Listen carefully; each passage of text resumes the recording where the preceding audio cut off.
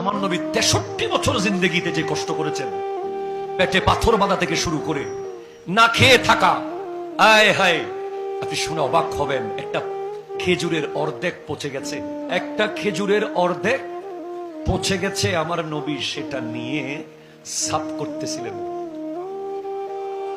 রিওয়ায়াতের মধ্যে এসেছে আমার নবী অর্ধ পচা খেজুরটা নিয়ে যে অর্ধেক ভালো অংশ আছে সেই অর্ধেকটাকে সাফ করে পচা অর্ধেকটাকে ছিঁড়ে ফেলে পরিষ্কার করছেন। কোন এক সাহাবা বলছেন, ইয়া রাসূলুল্লাহ, এটা কেন নিচ্ছেন? অর্ধেক খেজুর পচা।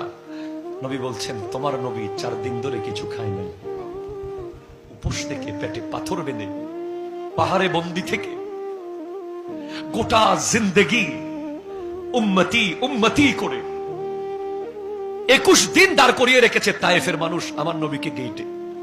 21 দিন। আপনি 1 ঘন্টা দাঁড়াবেন না, বিরক্ত হয়ে যাবেন।